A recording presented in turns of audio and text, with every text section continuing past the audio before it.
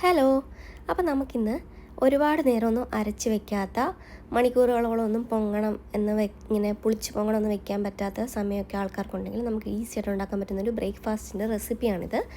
അപ്പോൾ ഇതിനകത്തേക്ക് ഞാൻ എടുത്തിരിക്കുന്നത് 1 കപ്പ് ആട്ട, 1 കപ്പ് മൈദ, 1 കപ്പ് വറുത്ത റവ, കുറച്ച് കാശ്മീരി ചില്ലി, തക്കാളി, ഇഞ്ചി, സവാള, പിന്നെ തൈര്, ഉപ്പ്, ആവശ്യത്തിന് ഉപ്പ്. ഇത്ര സാധനങ്ങൾ നമ്മളൊന്ന് മിക്സിയിലിട്ട് നന്നായിട്ട് അടിച്ചെടുക്കുക, ഗ്രൈൻഡ് ചെയ്തെടുക്കുക. അപ്പോൾ ഇത് നമുക്ക് അധിക സമയമൊന്നും പുളിക്കാനായിട്ട് വെക്കേണ്ട, കാരണം നമ്മൾ തൈരൊക്കെ ആഡ് ചെയ്തിരിക്കുന്നതുകൊണ്ട് തന്നെ പെട്ടെന്ന് തന്നെ ആവും. അപ്പോൾ നമുക്കിതൊരു പാത്രത്തിലേക്ക് ഒഴിച്ച് വെച്ചിട്ട് ഒരു 10-15 മിനിറ്റിനുള്ളിൽ തന്നെ നമുക്കിത് ചുട്ടെടുക്കാം. ഒരു അരമണിക്കൂറൊക്കെ ഇരുന്നാൽ നന്നായിട്ട് പുളിച്ച് പൊങ്ങി വരും. അപ്പോൾ നമുക്കിതൊരു പാത്രത്തിലേക്ക് വെച്ചിട്ട് ഒരു 15 മിനിറ്റ് കഴിഞ്ഞിട്ട് ചൂടാൻ തുടങ്ങുമ്പോൾ തന്നെ നന്നായിട്ട് പുളിച്ച് പൊങ്ങി സെറ്റായിട്ട് വരും.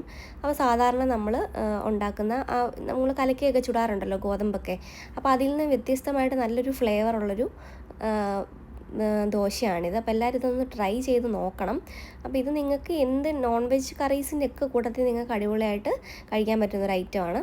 അപ്പോൾ ഇതിൻ്റെ കൂട്ടത്തിൽ നമുക്കിപ്പോൾ ദോശയുടെ കൂട്ടത്തിൽ നമ്മൾ സാധാരണ കഴിക്കുന്ന പോലെ തന്നെ സാമ്പാർ, ചട്നി, പിന്നെ കോക്കനട്ടിൻ്റെ നമ്മൾ വെള്ള ചട്നി ആയിരിക്കുമല്ലോ അത്, പിന്നെ ടൊമാറ്റോ ചട്നി, ഇതൊക്കെ വെച്ച് നമുക്ക് കഴിക്കാം. അതല്ലെങ്കിൽ നമുക്ക് ചിക്കൻ കറി, ബീഫ് കറി, കടലക്കറി, ഇതിൻ്റെയൊക്കെ കൂട്ടത്തിൽ കഴിക്കാനും ഇത് അടിപൊളിയാണ്. ഞാൻ നല്ല നെയ്യിലാണ് ഇതിപ്പം ചുട്ടെടുക്കുന്നത്.